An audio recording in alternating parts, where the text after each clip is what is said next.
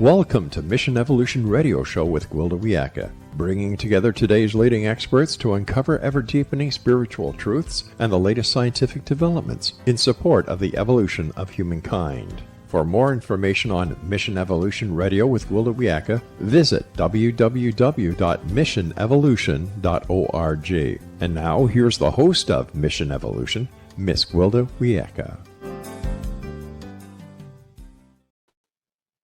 Have you ever felt powerless in relationships? Like your voice is never heard and your contributions are valueless? Are you unwittingly entrenched in a marginalized relationship? Mission Evolution Radio TV show is coming to you around the world on the X Zone Broadcast Network, xzbn.net. With us this hour to explore the balance of power and marginalized relationships is Akilah Riley-Richardson. Akilah is a couples therapist, educator, and researcher with over 18 years of experience as a certified clinical trauma professional. Akilah specializes in relationship healing, focusing on the needs of couples and individuals. Since 2012, she served as a social work educator at the University of Southern Caribbean. She is founder of the Relational Healing Institute and creator of the P.R.I.D.E model. Her upcoming book is entitled Working with Marginalized Couples. Her website, AkilahRiley-Richardson.com. Akilah, thank you so much for joining us on Mission Evolution. Hi, so good to be with you. Yeah, so nice. We're stretching across the ocean, aren't we? Far long, but it's good to be here. It's wonderful to have you. So, what is a certified clinical trauma professional? Yeah, so this is somebody who has been trained and certified in various modalities when it comes to working with trauma. So, for example, I would have done some training in EMDR. I would have done some work in somatic work. So there are various modalities that I'm trained in and certified in over the years. And in order to retain certification, you have to do constant training and upgrading. You have to constantly stay in the know Yeah. with the modalities, huh? Yeah. Yes. Well, EMDR is just an amazing format. Yes. And do you use it a lot in your practice? I actually do. I find it to be useful. As you know, it's a somewhat non-directive form of therapy that relies heavily on bilateral stimulation, which is stimulating the right and left hemispheres of the brain. And I've actually found it to be quite useful for some clients. As with all modalities, some modalities will work for some and some will not work for others. But I found that it provides the clients, I should say, with a lot of success where it does in fact work. It kind of slides in there in a way that other things don't, doesn't it? Yeah. And I found that what it helps clients to do is be able to trust themselves, because the therapist is not necessarily directing the show. The client is being there and in the process on their own. That's fantastic. The more tools we get, the better, right? Yes. So how did you first become interested in couples and relationship counseling? I would say that this actually started for me when I was doing my master's in social work. And I found myself intrigued, by just couple dynamics and how it shows up. And over the years, I got more and more intrigued, looking at the work of Sue Johnson, looking at the work of Gottman, etc. And I found that to be very, very valuable. And I love thinking about systems as a social worker. And so being with the couple system, I have to admit, it's one of my best parts of the work that I do. Well, it's awfully important. I mean, if there's a place where there broods evil, it's in couples relationships. So what is a marginalized relationship? Right. So a marginalized relationship is where either one or both parties are marginalized by society. Yeah. So to be marginalized, it means that you are in some way discriminated against or oppressed or disenfranchised. So you may have several marginalized or one marginalized identity. For example, you might be differently abled, or you may be in the LGBTQI community, or you may be somebody who's a BIPOC, Black, Indigenous, or person of color. So there's some quality that you have that makes you at risk for being excluded or oppressed or systemically marginalized in that particular way. Well, that runs rampant, doesn't it? Yeah, yeah. Would you define systemic trauma for us? Yeah, systemic trauma, I'd say, refers to trauma that is being inflicted on us from the system. And when I say the system, I mean things outside of us. For example, the judicial system, the educational system, yeah, the political system. All of these various systems can inflict systemic trauma. So, for example, if you're trying to get into a university and it's difficult to get in because of the color of your skin or your sexual orientation, in that moment you are experiencing systemic trauma. So it's trauma from the system that is around you. Okay, and that could apply to anyone, couldn't it? Because I remember at the time one of my friends was trying to get into college. He was white male, and they had to have a certain number of women of color, because that was dictated, and he was discriminated against in reverse, kind of. So it can happen to anybody, can't it? Mm-hmm. Well, I would say that I think it's tricky because some groups are historically and consistently marginalized. So I would say that systemic trauma is trauma that's not only inflicted by the system, but it's also chronic and pervasive. So I hear what you're saying in terms of his circumstance, but then of course the experience of a white male in the world is very different from that of a black woman in the world. A black woman is experiencing this consistently. It's more pervasive, more unpredictable, yeah, that kind of chronic sense. So in that way, it makes it different because systemic trauma is chronic and pervasive. And Yeah. coming from a lot of sources. And coming from a lot of sources. Gotcha. So systemic oppression. Hmm. Systemic oppression is when you're being denied voice as a result of your own identity. And it's once again from the system. So nobody wants to hear from you.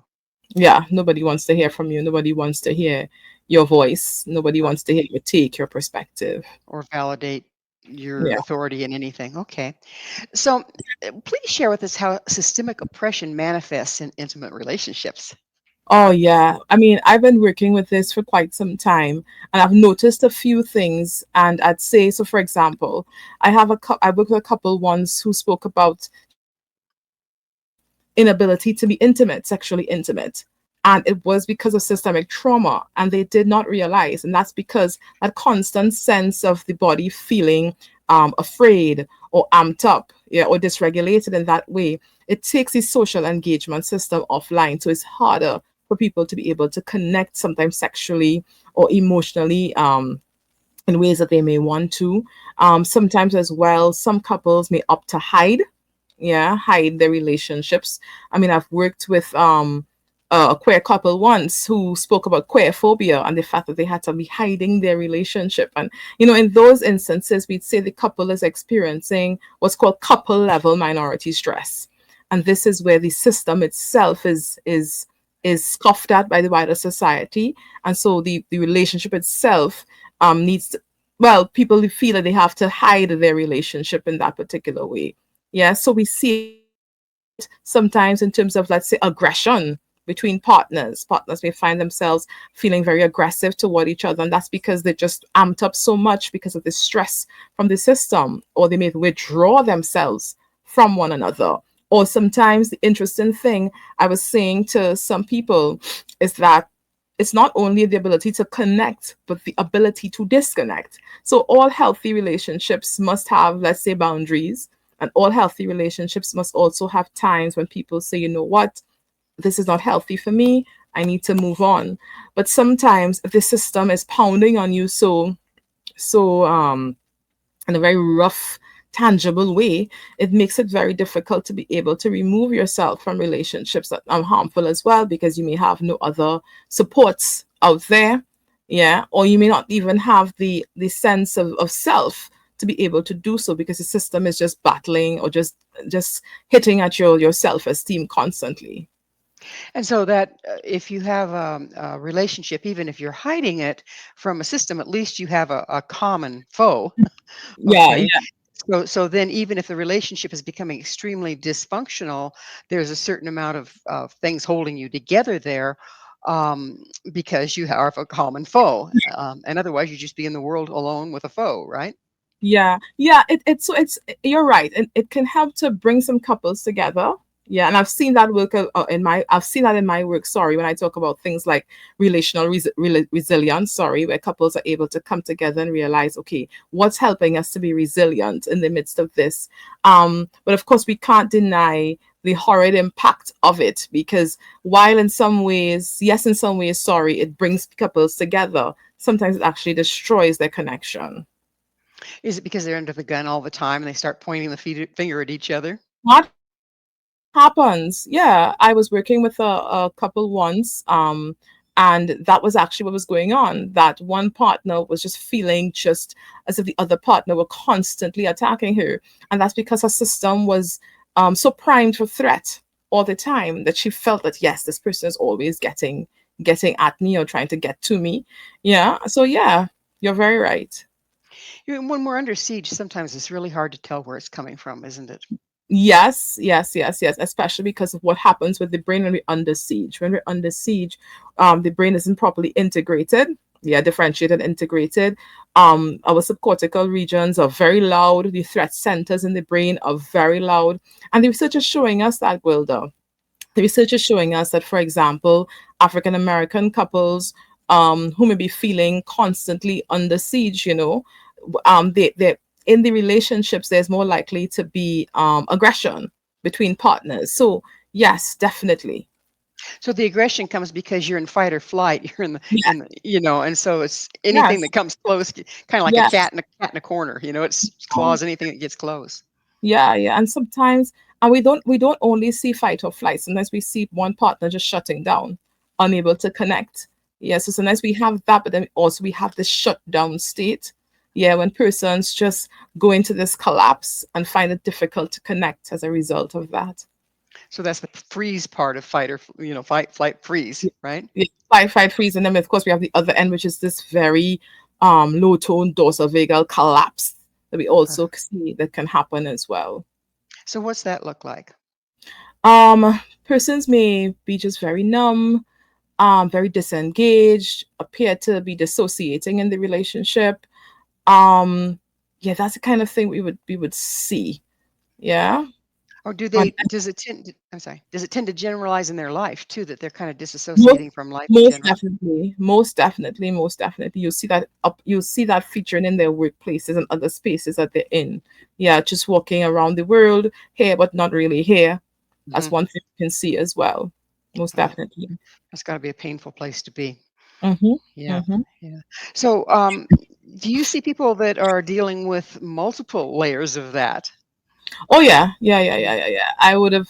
I mean, when persons' marginalized identities overlap or intersect, yeah, it can feel even more thorny for them. So, for example, if you are a trans man living, a black trans man right now in the U.S., yeah, you have all of these different intersecting identities. Hmm. It can definitely make it a lot harder to be able to move through the world every day and to form healthy relationships. So I definitely see that it makes it more thorny. Yeah. Well, it's time for us to take a station break. Akilah and I will return very shortly, so don't you go away. This is Mission Evolution, www.missionevolution.org. Do you feel oppressed? With us this hour discussing systemic oppression is Akilah Riley-Richardson. Her upcoming book, Working with Marginalized Couples. Her website is akilahrilleyricardson.com. Akilah, when we're working with being judged against by everybody in general, and if we come at it because we'll say we're black. I mean, we've been black all our life. Does it start to build on itself to where we're triggered by anything that comes around because it's been happening so long? Um, I'm very cautious with that question because if someone is triggered, it makes so much sense for them to be triggered. Because when you're living in a system that is constantly pounding on you, and when you're, let's for example, if you are BIPOC, Black, Indigenous, or person of color, and your ancestors have experienced the same thing, if you understand epigenetics, that you have a predisposition as well to notice certain things, and it's legitimate in my opinion. I know sometimes persons may see persons of color as being overly sensitive in some instances, yeah. But so much of that is legitimate because it's happening in so many different ways all of the time. So yes, you can find yourself sometimes being triggered. And I want to also make sure that we recognize the value of the experience of the person who's feeling triggered, because this is happening in very subtle ways all of the time, and so the body has to be primed to notice this, because if you're not, you could literally be killed. So you have to actually be aware. The body has to be aware in order to keep you safe. And you talked about the epigenetic piece. I find that fascinating. So, would you go into that a little bit more? Yeah, definitely. So the science is showing us, sorry, that if let's say your ancestors had to be aware of certain things or to be alert for certain things, yeah, you could develop a predisposition or proclivity for the same thing as well. Yeah. And so that's a very simplified version of it, right? And I think it's important for us to be aware of that and to understand that, because sometimes we think that what people are experiencing starts with them. Yeah. But what you're experiencing actually starts with your ancestors before you. It's generational stuff that's passed on from one tribe to another, as I say. So, I suspect that happens to all of us to certain degrees. I mean, that's why we've survived, right? As a Yes. species, as we pass on the information. That's not safe. Okay. Yes. Yes. Is there a way to get in there and heal at that level? If what's coming forth is no longer useful, is there a way to get in there and heal at the epigenetic level? So if we think about healing, something like that, we have to think about it not being genuinely useful to the body, right? And I want to talk a bit here about memory reconsolidation. So memory reconsolidation is the kind of healing I think that you're referring to, where we basically find a new way of seeing things, or what we were using all the time is no longer useful, right? But for that to happen, the thing that we are primed to experience, the feeling also, needs to be alive and awake in the body. And at the same time, a subjectively disconfirming experience needs to be happening at the same time. But if you don't have those two things, if you're walking around the world feeling afraid and triggered, and the experiences around you are validating that, well, then you're going to remain in that state. But if you are having subjectively disconfirming experiences while your body is in that particular state, yes, over time, yeah, the brain will find no use for it over time. And of course, your genetic predisposition will definitely ease in that regard. There's no need to wake up those things anymore. So, the clear and present danger is the key there, isn't it? Yes, most definitely. Most Well, definitely. again, that does make sense. That's why we've survived as a species, right? Yes, Yeah, most yeah. definitely. Um, so, what causes people to be prone to systemic oppression as both the oppressed and the oppressor? What causes persons to be prone to systemic oppression? Uh-huh. Is it Prone to okay? it. Yeah. Oppressors. What causes persons oppressive people and oppressive systems cause people who are prone cause oppression. There are so many spaces in our world where people who hold power and privilege believe that their way of being in the world should be the only way of being in the world. And so it is, their epistemology, their way of knowing the world, their ideologies that are imposed on the rest of the world. And when these things come to the fore, this is what leads to the increased likelihood of systemic harm and systemic trauma. Well, if all we have to do is look back to the Holocaust, right? I Yes, mean, it, yes, yeah, yeah, an entire society was bamboozled into thinking, yeah. and I know the German people look back at that and going, "How did that ever happen?" It does. Yeah, yeah. So, do you find both the oppressed and the oppressor reluctant to shift their position? And if so, why? As a person who occupies various marginalized identities, I would say that for me, being able to live in a world that feels fair, that feels just, is what my greatest heart's desire is. Mm. And I imagine that that is the same for anybody who holds a marginalized identity. We want to live in a fair world. Yeah. And so the ideology that really needs to be shifted is of those who hold power, yeah, who hold power in the world and decide to impose those ideologies consistently and not allow voices of the marginalized. Consistently, marginalized people are fighting to have their voices and their spaces be recognized. And so it is very important for those who hold privilege in the world to take note of that and think of the ways in which moment by moment they can make ideological shifts and do very tangible things, yeah, to open up spaces for persons who are marginalized. So how about let's talk about one-on-one situation. We're in a relationship, and one person is in the position of power, and the other person is always on the back burner and doesn't feel heard and doesn't feel validated, and that sort of thing. Does that position actually, on some way, serve both of them? Does that position actually serve? I think oppression only serves those who has power. That's what I mean. Yes, exactly. So, Oppression so, serves those who have power. so the person in power will be reluctant to shift the relationship because they want to be the one in power.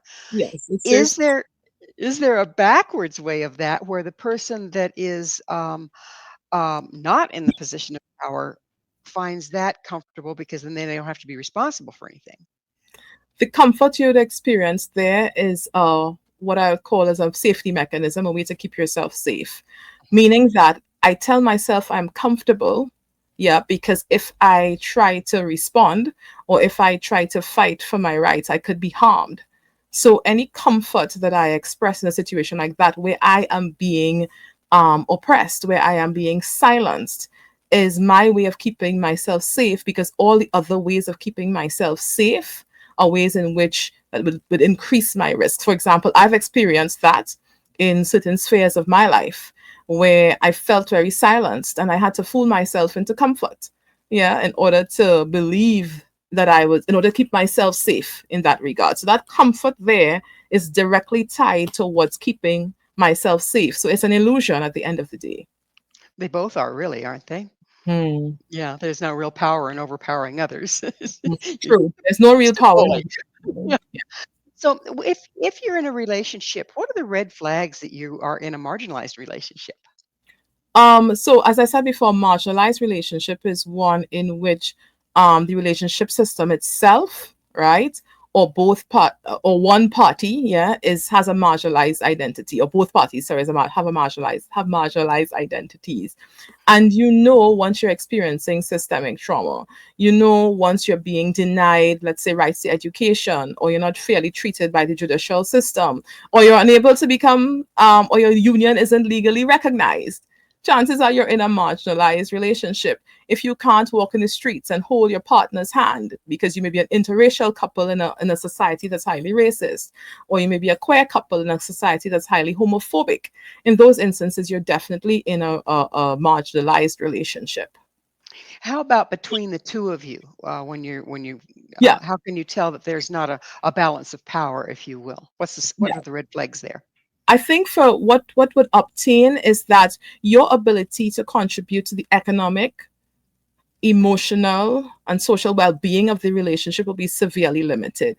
If you are unable, not unwilling, but if you are truly unable to contribute in those domains of the relationship, then it's a chance that you're being oppressed in the relationship. If your views and points around the direction of the relationship are not being heard, chances are you're being marginalized in the relationship. If your ideologies are not being heard, chances are you are in a marginalized relationship. So what about the person that's in the position of power? Because I don't think people go out of their way to try to hold power over somebody else, particularly not somebody they love. Can it be something that Mm, just kind of slides in there because of your family patterns? How can you recognize that yes. that's actually going on?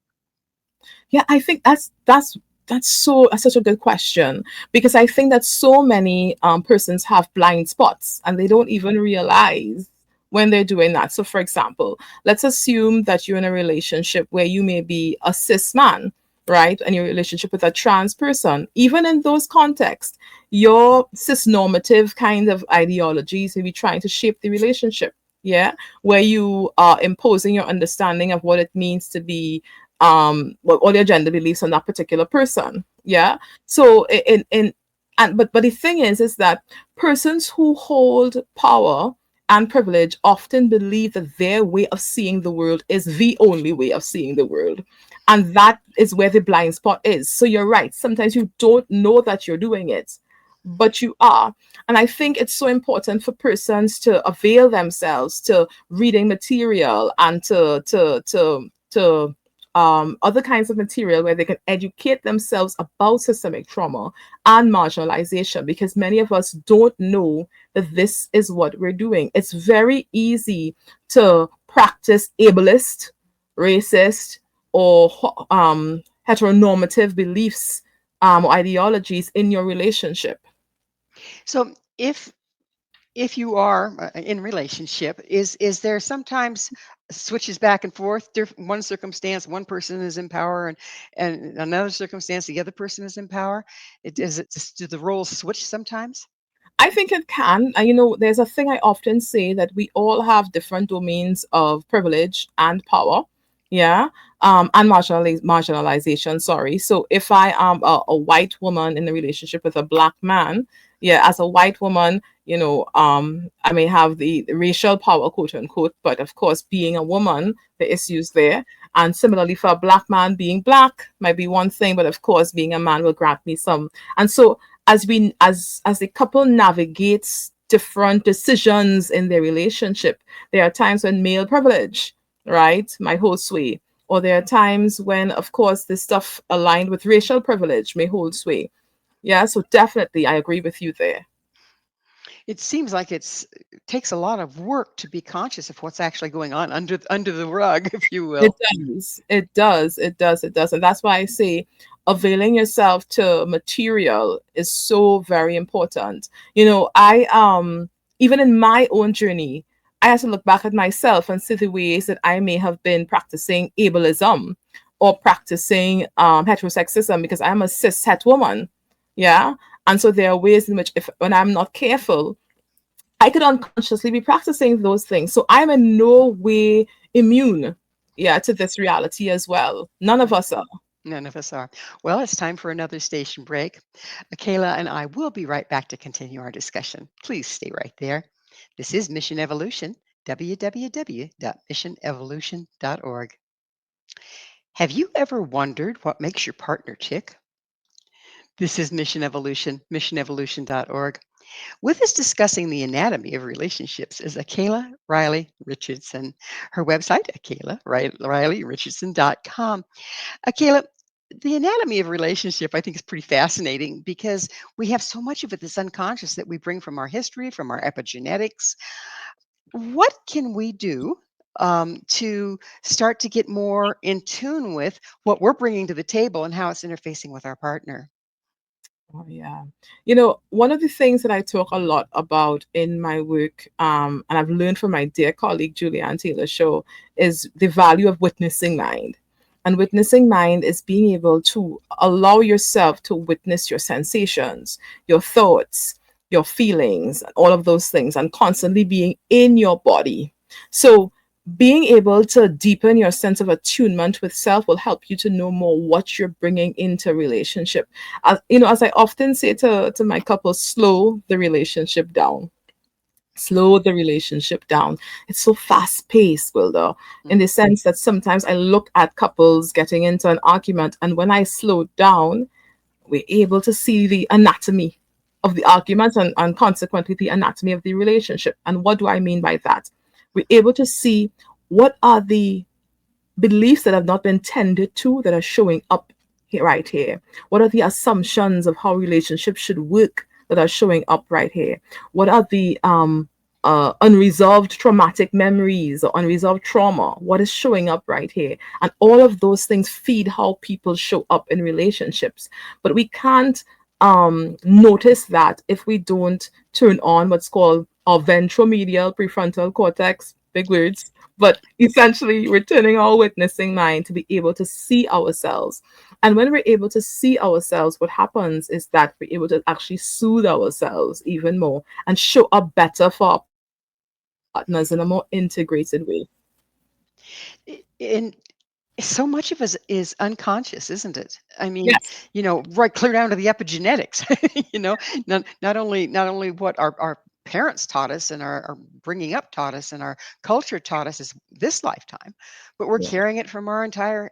That's a big package. How Yes.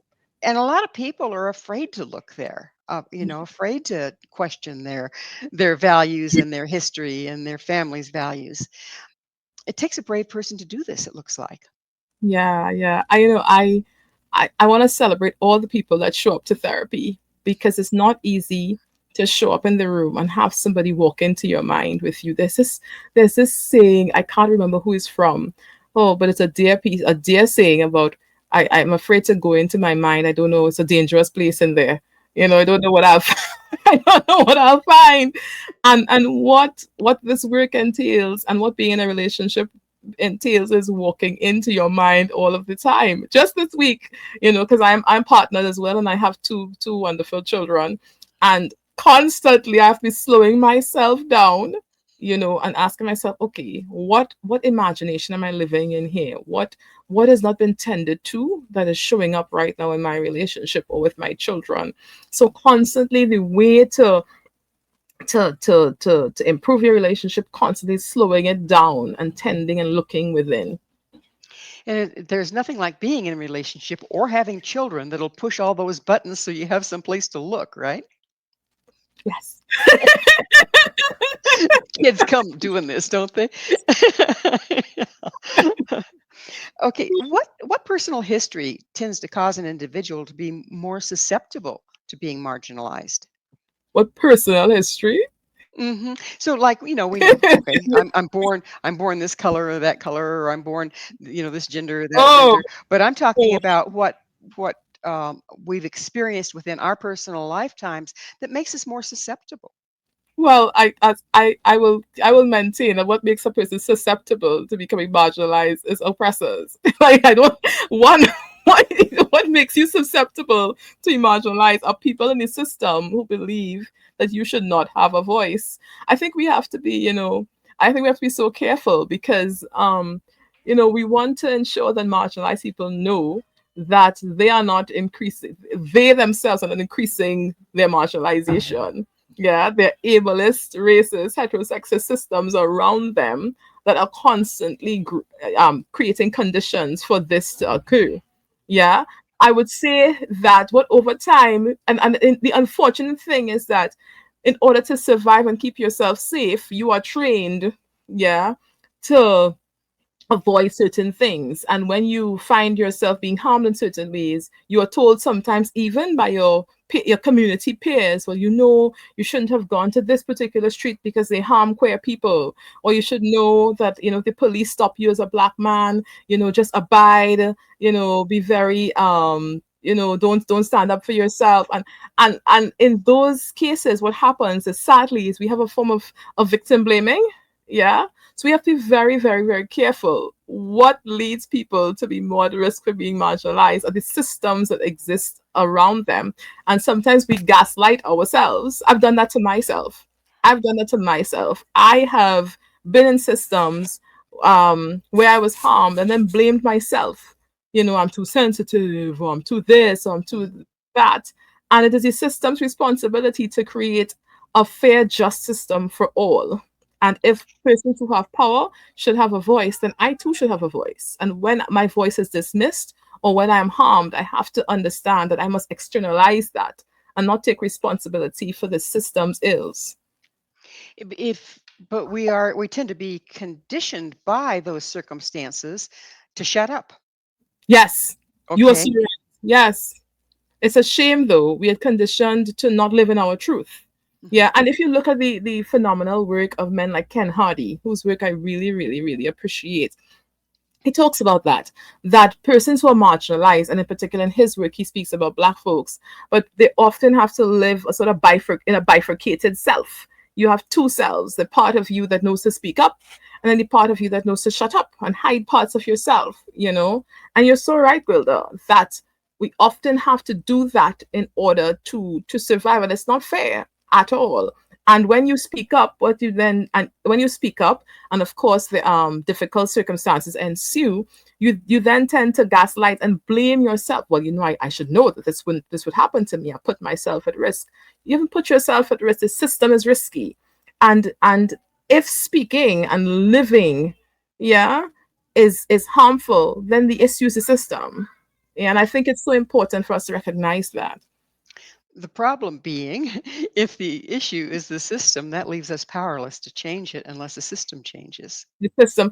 And but that is why I think we have to really remember the power of community. We have to really remember the power of community, especially now in these times. Communities need to come together. Yeah. So, and as you know, in though I'm cishet, I work with the LGBT community, and as an ally, I lean in, I support. And yes, I have blind spots, and there are things I definitely still have to learn constantly in my journey. But being able to support people in community, so important. Yeah, because communities must come together to drive that change. And communities are also a wonderful self-regulating tool, because when we feel consistently overwhelmed by the system, being with another body that feels that could meet us with a sense of alignment and also attunement helps us to be able to regulate ourselves. But community here is essential, and a lot of change is made or can be made when communities come together and stand up. And that really is across the board at this point, Yes. because it seems like we used to live in communities, okay, and they all had a subculture and all this, but then we've become so expansive that there aren't any communities anymore. It's just this hodgepodge of, well, you go on social media to try to create a community. Yeah, people are hungry for it, that Yeah. level of support for who you are and what you believe. And at the Yeah. same time, we have to be open to other people's ideas, or we're the perpetrator here, right? How do Yeah. you balance with that? How do you approach a community in such a way that you can create the support that the members need, and at the same time remain open to things on the outside? Yeah, it's so interesting you're raising this, because I teach social work at a university here, and just yesterday I was teaching about how to create socially just communities, right? And if to answer your question, I want to think about things such as solidarity, cultural humility, which is knowing that yes, we have strong and powerful views within here, and we also want to listen and understand what's happening outside of us. Exactly what you're mentioning here as well. Yeah, having systems that value principles such as inclusion. Yeah, having systems that value empowerment. Yeah, these things become so important. But yes, you're right. In order to help us to be able to have strong communities, and also not communities that are closed off from other society, other communities, and from the rest of the world, we have to develop solidarity in union with cultural humility. There's so much to learn from outside. So it seems like we are in a major time of flux. It used to be this culture lived over here and this culture lived over here, and then we never crossed a part. Never ran across each other because of the great distances and the transportation and the this and the that. And now we're coming to a place where everything's being thrown into the pot at once. And it's like, I hope this is growing pains. Do you see a future where we will move on the other side of this? So I'm just want to make sure that I'm tracking the question. Can you repeat it for me? Can you repeat it for me so I make sure I'm tracking? Sure. In historically, we had, very segregated communities just because there was distance between them, and we didn't have the internet and this and that. It seems to me like we're suffering the growing pains of everything being thrown together at once. Right, right. What is your vision for the outcome of this? Is there a positive outcome? Um, well, first of all, I don't know if I'd use the word suffering, because we are in this movement could actually create something that we may need. Yeah, and I can't say where it's going to end. I would not even be so bold as to label it as good or bad. It is what it is, and I trust that. Let me just make sure that I'm thinking this through as I speak. Um, as with all things, there are going to be challenges, and they're going to be benefits. Yeah, I can say that with the merging of cultures in various ways. Yeah, there's sharing of knowledge, there's sharing of information, there's sharing of insight. Yeah. But there's also destruction as well, destruction of value systems that are so important. I think what we want to have is um, equitable sharing, egalitarian sharing, two-way sharing. What tends to happen when communities come together is that one group tends to dominate the other group. So if you think about what happens to people like who indigenous people or people in the global south, that sharing is seldom a sharing. Yeah, it's more of an imposition of one culture on On another. top of the other. Right. Where one Right. culture totally disappears. If we can have an equal sharing, equal transfer of information, then I would welcome. There's so much of the global north could benefit from the global south. I live in the global south, and this part of the world has so much richness.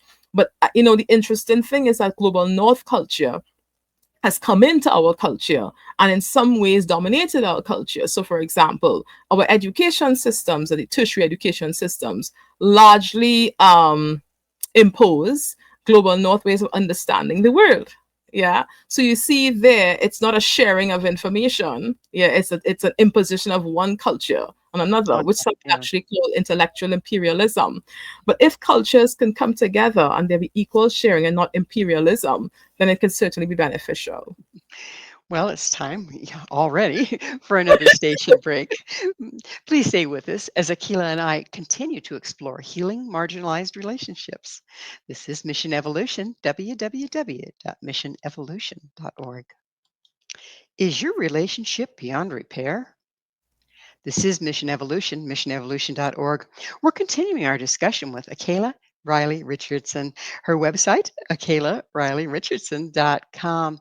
Akilah, let's talk a little bit about polarization. It seems like that's what we're looking at. Anytime you get one culture or belief system or subculture judging against the other versus being inclusive, you're looking at polarization. Hmm. What is the impact of that on our society and our relationships? Um, I think that when we have that, we're denying ourselves the gifts of being able to connect, yeah, and to learn. What I'm realizing though over time is that some cultures are feeling the need to protect themselves by pulling away, yeah. And this definitely happens in the case of marginalized cultures or cultures that have a history of, let's say, slavery or colonialism, etc. But those are usually like subcultures within the cultures. But you're right, it can be problematic. But I also want to say that in some instances, I can understand why many cultures within those cultures, in order to preserve just the authenticity of who they are, might engage in that. What you don't want to have, of course, is a lack of cultural humility. Yeah, which tends to happen with polarization, a lack of cultural humility, where we believe that one is superior to the other. And when you hold that kind of belief, there are other dangerous things that can ensue. So I don't think the answer is simple. Yeah, I think there are many different things that could obtain in a case like that. And I think, yeah, we have to kind of be aware of all of that when we think about this particular idea. You have to be very careful in this day and age, right? Um, what is the BIOME framework?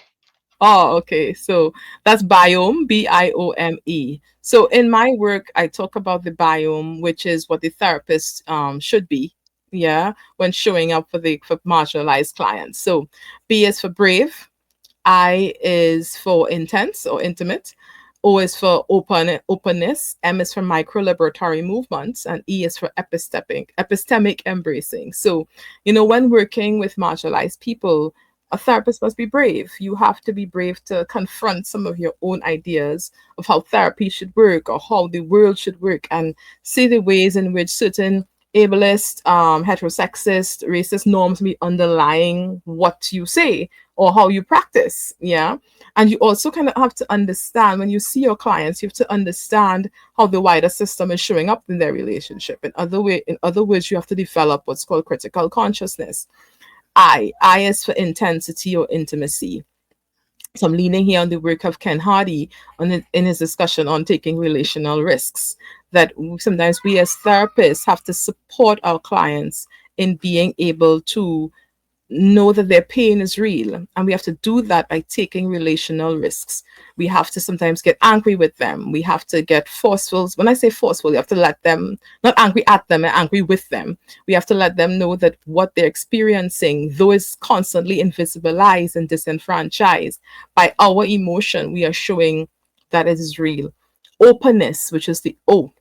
We have to support our people by being open and letting them know that we will make mistakes in the practice. So, for example, I'm a cishet woman.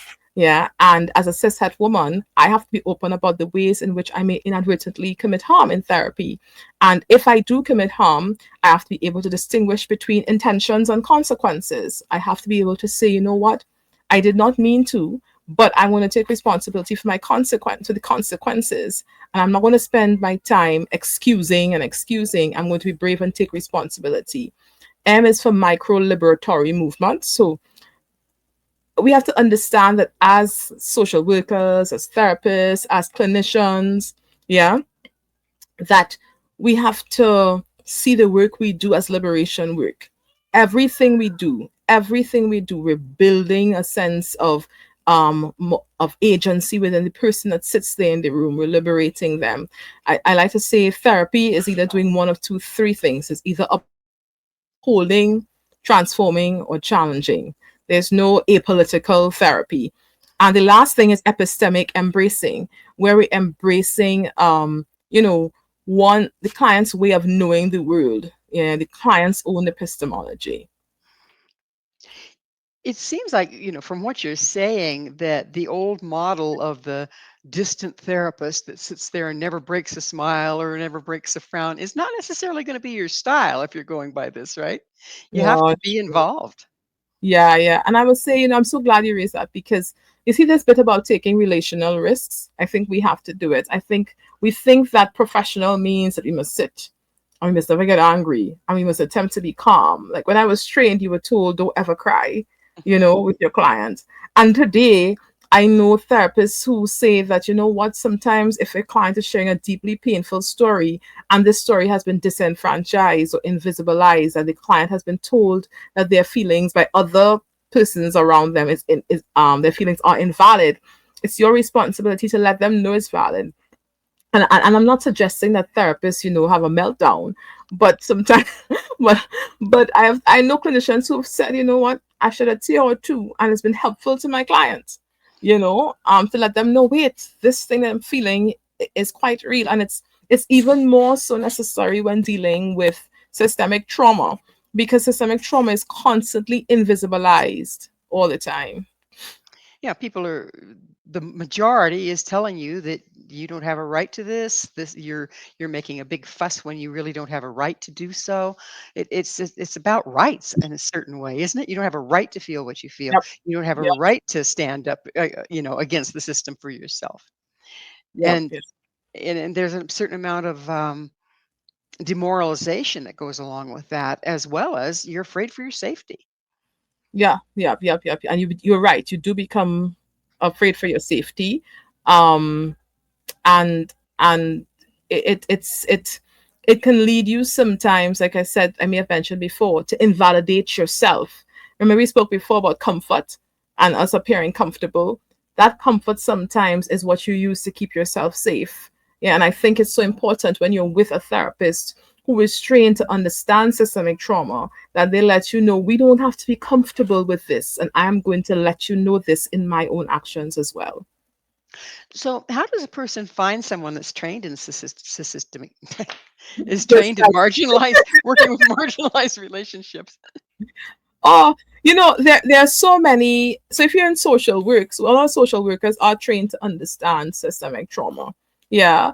And if you follow the work of people like, let's say, Jennifer Mullen, who talks about decolonizing therapy, or Shauna Marie Brown, some of these amazing humans and persons who follow their work, like even Resma Menachem, people who follow his work, a lot of those persons who follow those leaders in our field, yeah, can definitely be therapists who can support you, yeah, in working through the impact of systemic trauma on your being and your relationships. 'Cause it seems like a very specialized area. I mean, it has a lot of pitfalls in there for if somebody's only trained in normal therapy, I would expect. Yeah, yeah, yeah, yeah, yeah, definitely. So, what is your P.R.I.D.E model? Oh, pride, yeah. So P is for pivot, R is for rumble, I is for imagine, D is for develop, E is for evolve. So pivot, it's about turning inward, yeah. Which is looking at yourself and your feelings. Um, Turning outward, which is looking at the system and the system's impact on your relationship. Turning backward, looking at ancestral trauma and the way in which that can be living in your system and creating certain predispositions. Yeah. And of course, turning forward, which is looking forward to create certain things for yourself. Rumbling. Rumbling is asking yourself some hard questions about what you discover when you turn. Yeah. I is for imagining. I want to say, Adrienne Marie Brown, who has some really, really powerful work, talks about the ways in which we can be living in somebody else's imagination and calling it truth.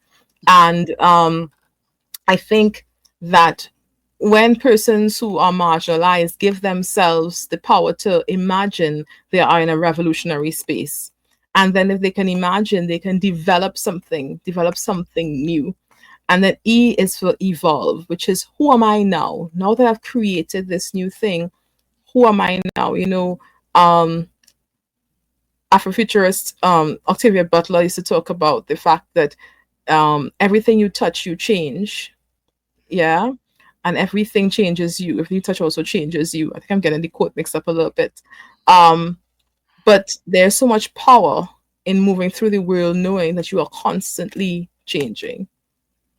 Yeah. And that you have the power to change things around you Yes. by being Yes. present, just by being present and Yes. being authentic. Isn't that a huge key here? But And marginalized people are not allowed to be authentic. they're not allowed to be authentic. And I want to say that a big part of being able to have marginalized people be able to live in their truth is for systems to take a hard look at themselves. Yeah, it's not just marginalized people that are supposed to just get up and wake up and try to be different. The systems that impose, if you are an able bodied person and you are teaching and moving the world in an ableist way, then you are creating a system that is unsafe for persons who are differently abled. So, those of us who hold privilege in our bodies need to be mindful of those domains of privilege and see it as our responsibility to shift and change those things. It's it's just there's so many moving parts here, it's really hard to keep track of. But if we have our intent and we all align, hopefully we'll see the other side of this to where there isn't marginalization going on. We're Yeah. about out of time in the show, and so I would be remiss if I didn't ask you, what's your mission? What I love the question. What's my mission? That's a good question. My mission is to be part of a world and to help create a world where I could be authentic and those around me, especially those who hold less power in the world, can also be authentic. That's my mission. That's a very, very good mission. Everybody benefits from that, don't they? Yes. Yes. Yeah. Everybody, And everybody. it's hard, but we all do. And it's like there's so much value in the world that we're missing because we're holding on to our own viewpoint and not opening to others. Do you see that changing? Right now, at the stage of the world, right now in 2025, I think we have an uphill battle. I think right Yes, now. but sometimes the darkest hour is right before the dawn. Let's hope so. Let's hope for it. Well, it's been wonderful having you on the show, and I'd love to have you back sometime. Yes, it would be wonderful. But unfortunately, we are out of time. Akilah, thank you so much for coming on. Thank you for having me. It's been Thank you, my pleasure. Gwilda. Our guest this hour has been Akilah Riley-Richardson, a couples therapist, educator, and researcher specializing in relationship healing. To find out more about Akilah and all she has to offer, visit her website, AkilahRiley-Richardson.com. This has been Mission Evolution with Gwilda Wiyaka. For more information or to enjoy our past archived episodes, please visit www.missionevolution.org. We have lots of shows to show you there and things to choose from, over 300 at this point, and hopefully they will bring you comfort and guidance during these transitional times. But most importantly, please be sure to join us right here as this mission continues, bringing information, resources, and support to our rapidly evolving world.